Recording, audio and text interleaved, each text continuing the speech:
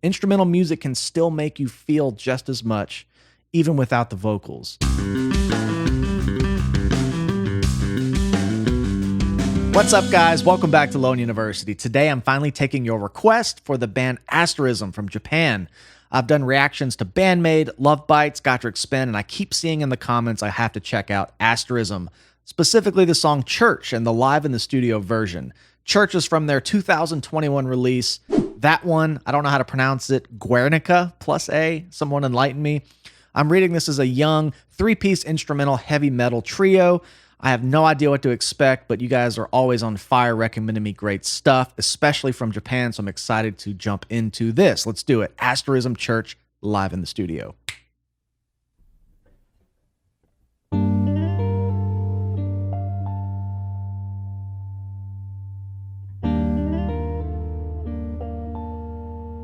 Wow. Beautiful.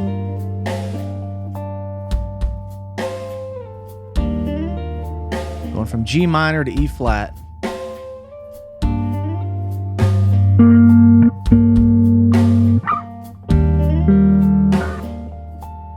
Oh, there's artificial harmonics. Amazing, tasteful playing.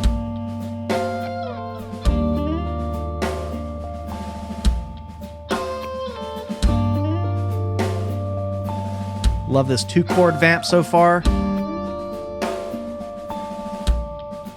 Wow, so talented. C minor. Woo! Not what I was expecting. I read heavy metal. This is some really tasteful, melodic stuff between bass and guitar. Bass player, I didn't catch the name. Let me know. I didn't read that far because I wanted to just go in very blind, other than they were a three-piece. Right off of the bat, amazing two-handed tapping. If you guys know my work and the bands I've played in, Scale the Summit, Tetrafusion, I use this stuff ubiquitously to support the chord progression, and bass tapping is such a piano-like, somber sound. It's just really nice. I love the way he's using it, and especially those artificial harmonics.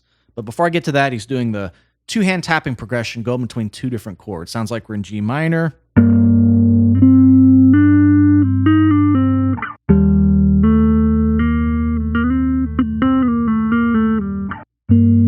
You can go between two chords like that and vamp all day and have a really pretty song at your disposal.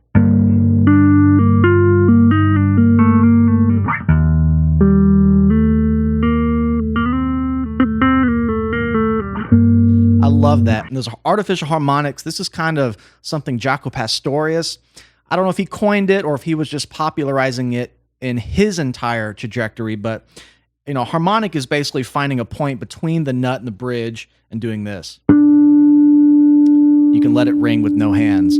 Artificial harmonics are basically moving the nut up to here by fretting it.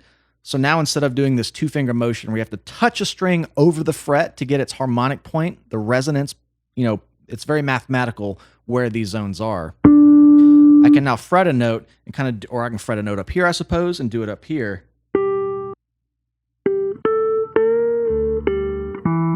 And they're hard to get. That's kind of the Birdland intro for Weather Report by Jaco.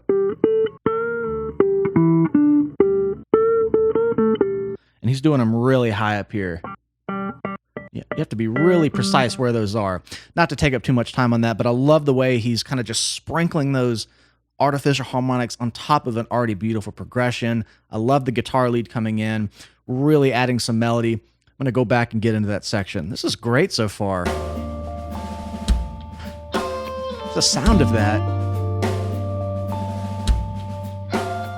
What a bass, too. Wow. 7-string? Hold on.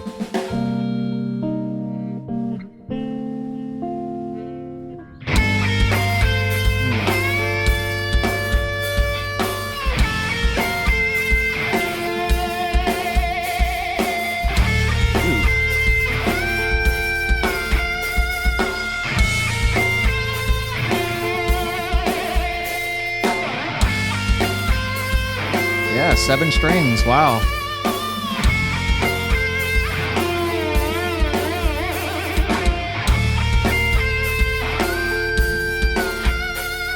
Very important thing. I say this anytime I see tapping, but I also get a lot of comments wanting to learn these techniques. Crucial thing with two-hand tapping on bass is the muting. Look how he has his thumb here. Look how he's using the backside of his hand. I'm sure when he lays that hand down, it's helping to mute the unused strings. He's laying his fretting hand fingers over the unused strings as well. The game with two-handed tapping is just to figure out how to only use the strings you're gonna use, and the strings you're not using, try to block them off. Try to rope them off somehow so they don't start ringing out. But a crucial, technique to make sure you have a lot of accuracy on those higher frets is to put that thumb on the back of the neck. You can kind of see it here.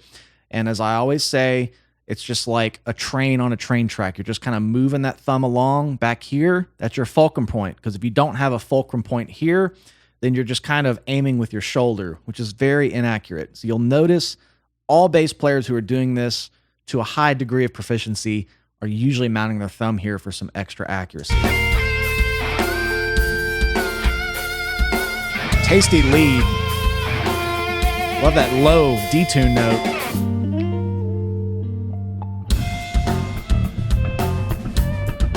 Ooh, nice.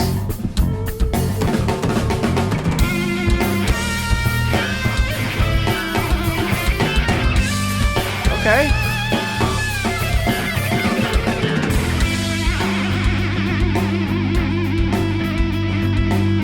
Have we talked about how pretty that bass is yet? Wow. Love those colors. Still an E flat, going down to C minor every now and then.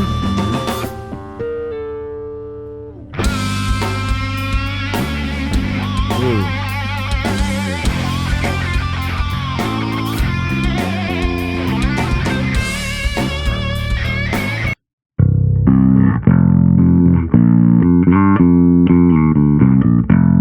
Going from C, F up to B flat, some other chords in the key. The bass is starting to blossom out a little bit and add some groove and melody. I saw some slap in there, a couple accented slap notes, but it doesn't sound like he went into a full slapping line yet. Loving that tone. It's very mid-range, very throaty. It doesn't need to cut through a composition like this, and sometimes without the heavy distorted guitar chords or really washy drum cymbals, you can just hear that bass tone shine. I can hear all the intricacies, there we go, of it. Nice crisp warmth, a little drive on it, which also helps to bring up those tapping notes, because when you go from fingerstyle, slap, and tapping, those are all very different in terms of their transient peaks. Slapping is going to have a really loud, kind of abrasive sound. Tapping is more subtle. You want something to bring those out. So whatever effects he's using are making sure they all sound pretty homogeneous and keeping the volume levels pretty consistent. Of course, this is probably mixed after the fact as well. Love this. Again, this is not what I was expecting. After seeing BAND-MAID, LOVEBITES, I had no idea.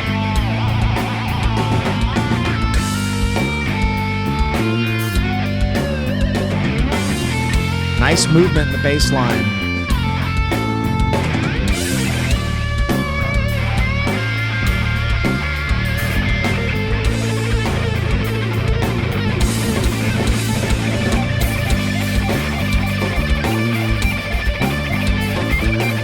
Wow.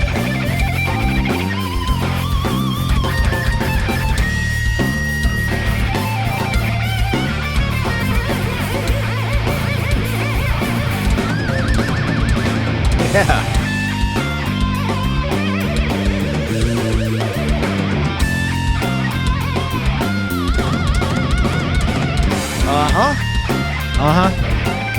That was the drum fill I wanted to hear before I knew I needed to hear it. Wow, shredding. I'm here to talk about mostly the bass on this channel.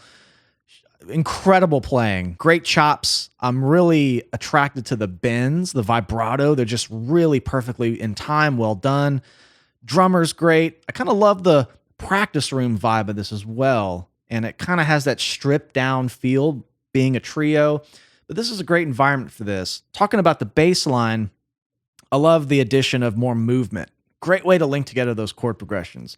The chord progression isn't anything complex, and it doesn't need to be, but a great way to make those, 3 or 4 chord progressions a little more interesting is to just use the bass line to glue them together.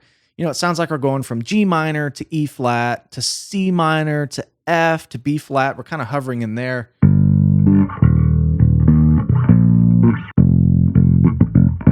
You know, if he just played the root notes and even added some movement,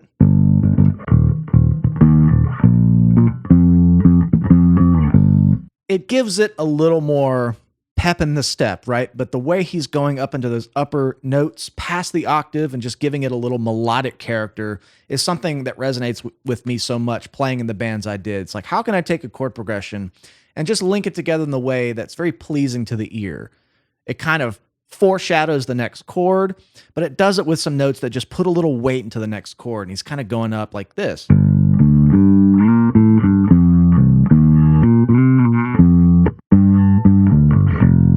Just give it some movement. You know, whatever he's doing, it's working really well, and it's kind of supporting the movement of the guitar solo. If the bass was just playing some whole notes with the kick drum and that guitar solo was going on, it might not gel the way it does. And I just really like just the simple melodic practice of just giving the bass line some movement that way.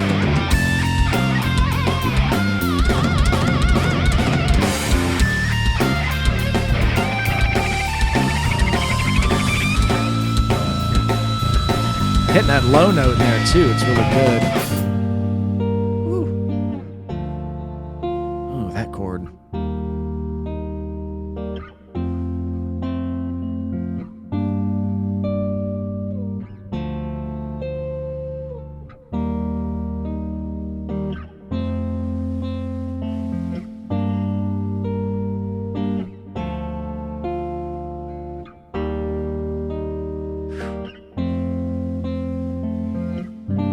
Why does bass tapping sound so, man, I can't get enough of it. I love the way the chord progression's changing there.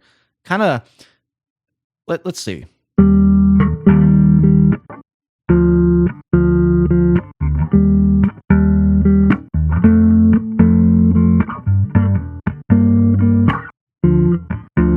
It's kind of going down a half step from the major one. So if we're in G minor, that technically means we're in the key of E flat major, right? It's the relative major, the relative minor. Originally, starting out the song, it was just a 2-chord vamp, G minor to E flat major. So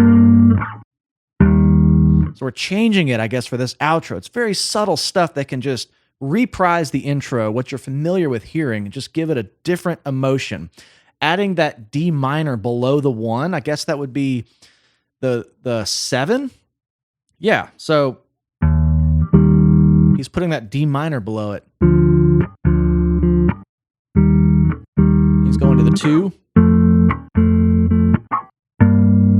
So that would be the 7 in E flat major, so I guess it'd just be the 5 in G minor. Just, you know, not to make that too complicated. I just love the little spin on the intro that's a little different and beautiful with the notes he's tapping and plucking on top with that extended range. Let's see right here.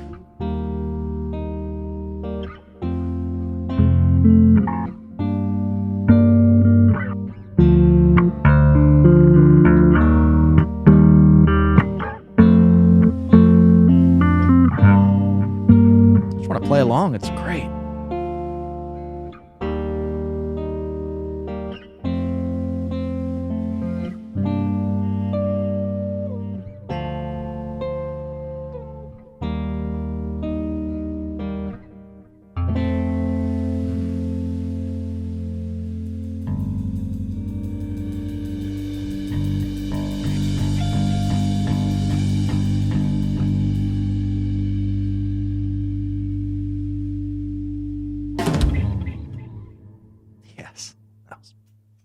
Pretty.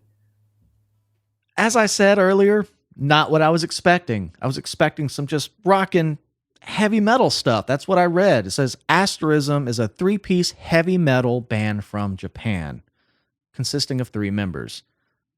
This was a beautiful, emotive ballad with some really intense shred, but just supported by the bass player. I didn't get the name. I need to go back and read after I stop recording. Beautiful outro, intro. They took you from down here. They had me with the artificial harmonics. Brought me up. Put the spotlight on the guitarist. and then brought me back out with a slight reprise on the intro, which is just very subtle stuff, going to the D minor, back to the E flat major, just kind of twisting the progression around.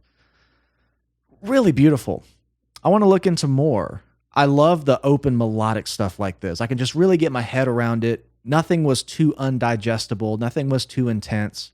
It was just a beautiful, simple ballad. Instrumental. Instrumental music can still make you feel just as much, even without the vocals. So I'm very drawn to great instrumental music in the rock and metal genres and this more modern delivery, right? With guitar, bass, drums.